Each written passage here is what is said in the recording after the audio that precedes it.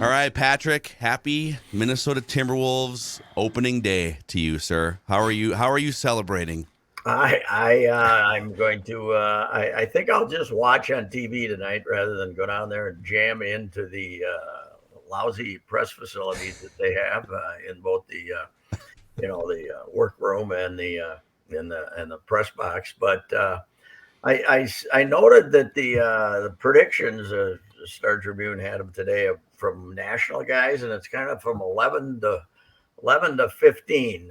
The 6, 7 sources are picking them to finish as far as with record in the In entire the league. league. Okay, I was In the like, in league, the not West? in the division. But I do think nationally there's a little more skepticism about this team than there is locally, which is kind of interesting considering it is a it is a fan base that after the years, now I don't know what the size of it still is, the fan base, but after this incredible run of ineptitude, certainly was able to get itself optimistic fairly quickly. So don't you think? I mean, last year, wow, I mean, everybody kind of enjoyed that, even though you knew that nothing was going to happen when they hit the postseason. But people are very people who care about the Timberwolves, and that might take 2 phone booths now instead of one.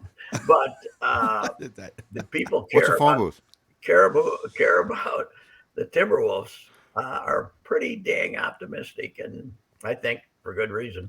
I like Gobert a lot, and Anthony Edwards is really good, but we still got to remember we have D'Angelo Russell playing point guard, so and there's nobody behind him. I mean, McLaughlin's okay, but nothing special. So we have to remember that. And the other thing is, I think, kind of like football teams, you got to wonder, you know, about injuries. So you always got to wonder about injuries. Is Cat going to play 75 games or 58 games? That's kind of a big tiebreaker for that team too. But Edwards got to. I don't know what Edwards did. He's, you know, but He's massive. He looks like he's put on about 15 pounds of he's got to just be. muscle. I think he's got to be for them to be a 52 or 3 win team. I think he's got to go from being a star many nights to just a legitimate all star. I think he's got to be an all star player for them to be really good. I do think, Patrick, that Ant's presence, though, has changed the dynamic of fans because he Yes, comes across as a likable star player. Doesn't pout a lot. So I think his style of play and personality definitely draws people in who might have lost interest long ago before this. well, he had the major screw up Yeah. putting the video out there, but I think he has apologized enough to and it seems sincere enough, and I'm sure he'll make some other gestures.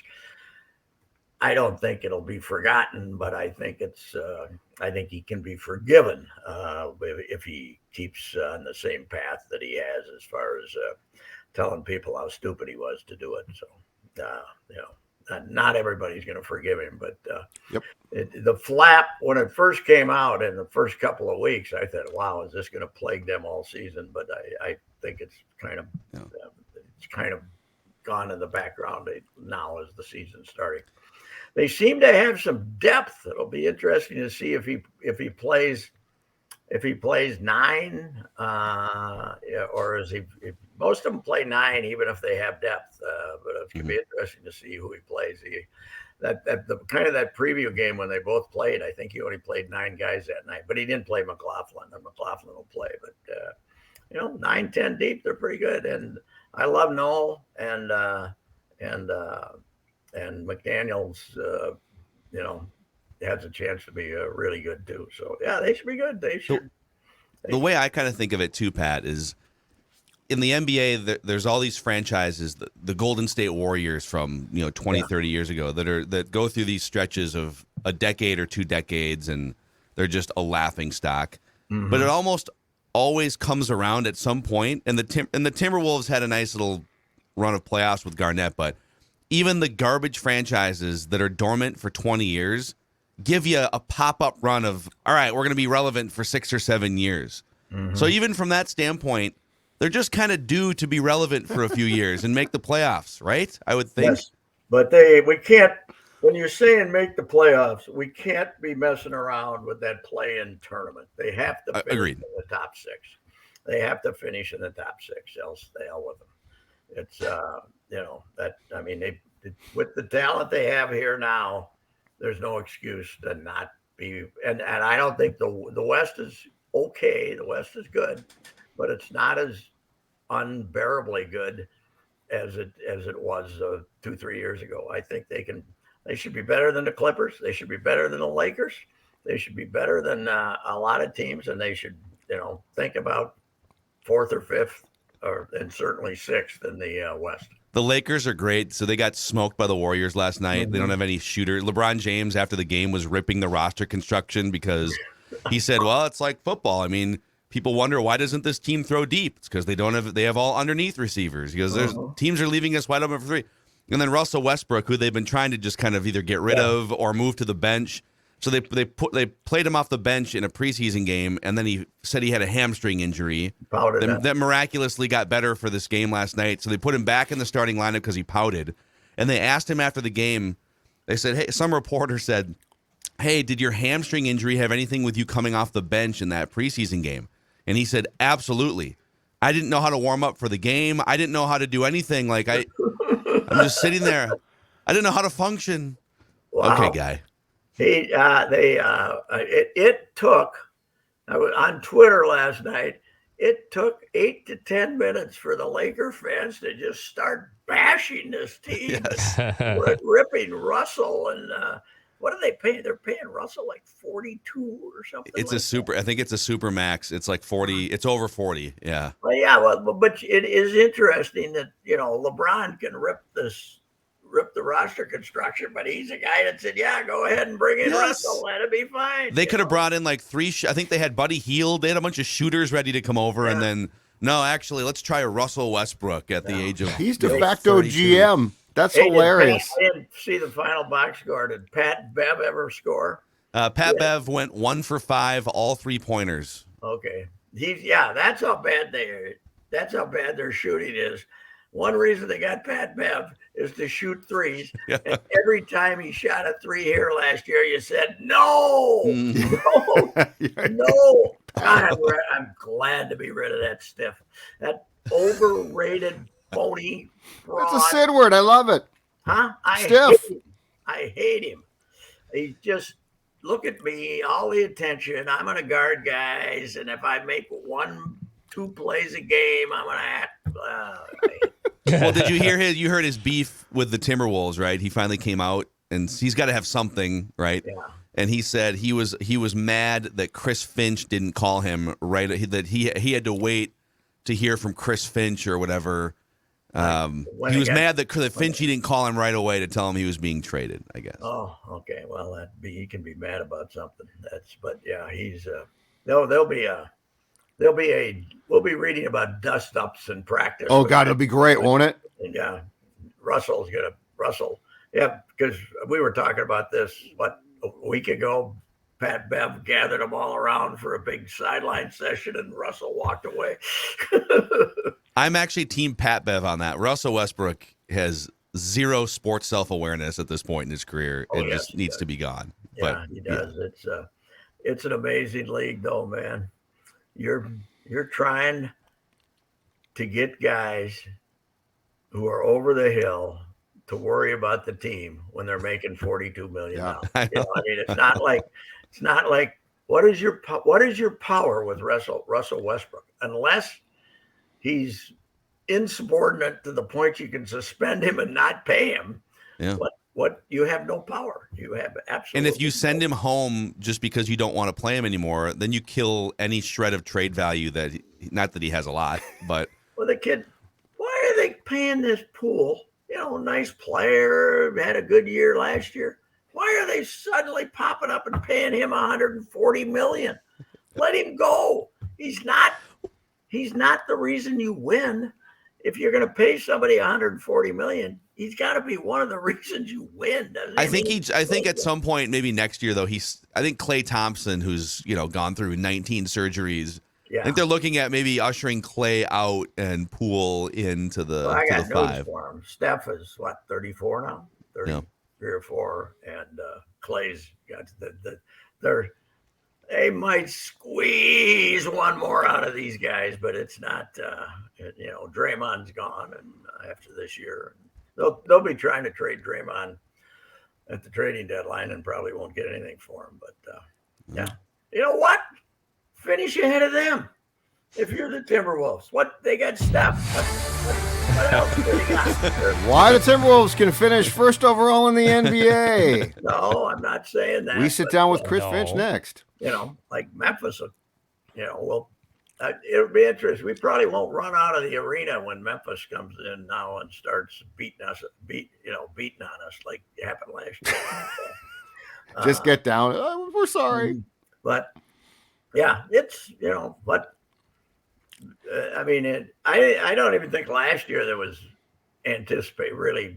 A year ago we weren't anticipating that much, right? They thought, oh, okay, they'll be a little better, they'll make the play-in. It was very much wait and see a year ago. Yes. Yeah. So now it's optimism, wait and see. Now it's a lot of optimism. Now what's interesting is they got the easy early schedule, and if they're they lose a few, they should win while they're trying to figure out how to play.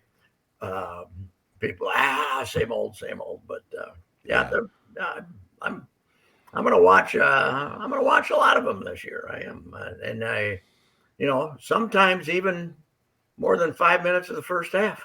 Wow! Look at Mr. Basketball. Let's see if that happens, though. Let's see how long that actually takes place before you say what's on Netflix. I gotta go through Netflix. Yeah. When Jim Pete says score the basketball, if you survive that, I'll be impressed. I'm interested to hear the new guy because he's trying to replace the extremely popular legend Dave Benz.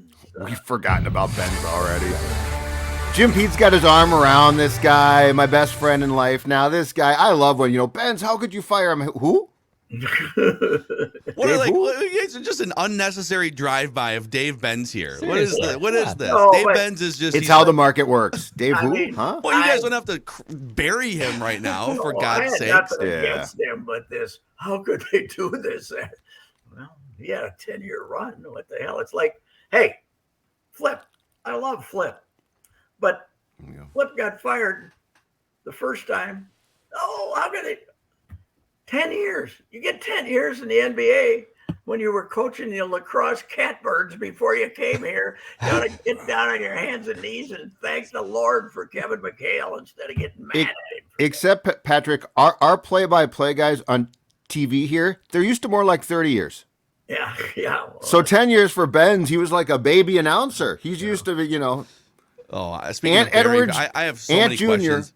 Aunt Junior's on the floor now, and I called his father's games. How many? Okay, legitimate question. Maybe this is unfair because it's putting you guys on the spot, but how many TV play-by-play guys have been with their franchise longer than Dick Bramer? Is he one of the top 5 longest tenured TV play-by-play guys? He's probably top 5. Yeah, I would guess top 5. Now that Vince Scully is he's going on 30 years, right? Well, I mean, it's definitely since like early 90s. I think next year's 30. Part-time in the mid-'80s, I think, and then he became... Oh, no, you know what? Next year is 40. That he's been around starting with Spectrum Sports. It's but how long as the guy? For sure since like 94 or 95. No. In the 80s. In the 80s somewhere. But Ted Robinson was the main guy on MSC in 91, and Dick was like his backup. Okay. Yeah, so Phil's right. It's probably... But I mean, not because Bramer and Tommy John worked together in like 94. God, Tommy John was remember awful. That he did not. Did he ever pitch for the Twins? Did he pitch? No. So why was he the Twins color commentator? I don't know how he talked himself into it. He's terrible. God love him. He would come and sit in the, he'd be sitting down in the dugout. BP hadn't even started yet, and guys would be hanging around, and there'd be 5, 6 guys waiting for players to show up, and there'd be a little BS to go, and Tommy'd come and sit down, and slowly one guy'd get up and leave. Another guy'd get up and leave. And you'd all kind of get up and go, oh. I gotta go make some coffee. I gotta. Pretty soon he'd be standing there by himself because you knew he wasn't going to shut up. The opposite effect is when Tom Kelly was doing some games, whatever, Yeah. 10 years ago, and he would show up in that dugout around batting practice, and it was the opposite. It was all of a sudden like random person would come over because he would just tell stories, and people would gravitate, and there'd be 20 people. But the funny thing is the non-hardcore baseball fans didn't like him that well as on the air because of the way his delivery was not exactly professional. Yeah. But he told you things. But anyway, basketball, yeah, Jim Pete, go get him, Jim Pete. This is your year, buddy. But let's face it, if they don't finish let's be ripping them if they don't finish in the top 6. So, okay. Yeah, that's fair. Speaking of Patrick, can somebody in St. Paul stop a hockey puck? That's the question I want you to find out. Can anybody in St. Paul stop a damn hockey puck? Well, the Boods is coming to town. If you don't beat the Boods, they are the first team in NHL history, I read today, to blow multiple goal leads in their first 4 games. The Canucks. So Columbus got him last night. They got one. They got one overtime point, right? But they've lost. Yep. They've lost 4 games, and they've been ahead by 2 goals or more in all of them. So that isn't good for the old Boods. I wonder. I'd like to be there for the Boods post-game discussion with him and count the F-bombs as he was addressing the boys after they blew their 4th 2-goal lead. So Boods is a come in and fix it guy, and he probably has no chance to survive to mid-season. I want to see Boods on the NHL on TNT set within the next 12 months. Oh, I like it. I think Boods needs to be on a TV set. Didn't he do some before they hired him? He was on NHL Network. He made a couple appearances. Yeah. He was a studio guy. But Phil's right. If Rick Tocchet gets a job, which he will at some point, Boods would be the perfect replacement. On TV. TNT set. He'd be really good. I don't spend a lot of time watching hockey panel shows, I must admit. It's a good one. I don't even know who's on. It's entertaining. Although the NBA TNT crew all just signed 10-year contract extensions this week. How about that? Yeah, I saw Charles was going to quit, right? Charles was going to walk away. Then Charles was going to go to live golf at some point, too? Yeah. And by the way, I did see their pregame last night, and they got the fans out there. That takes away the whole effect of having those guys together. You can't hear. They're all playing, it was terrible.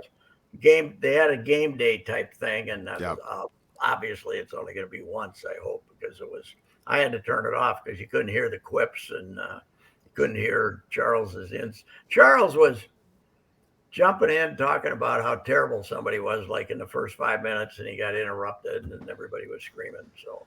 Well, they brought Klay Thompson out after the game on the post game, and Klay Thompson was sitting there just watching Shaq and Chuck yell at each other and argue. He's just like watching a tennis match.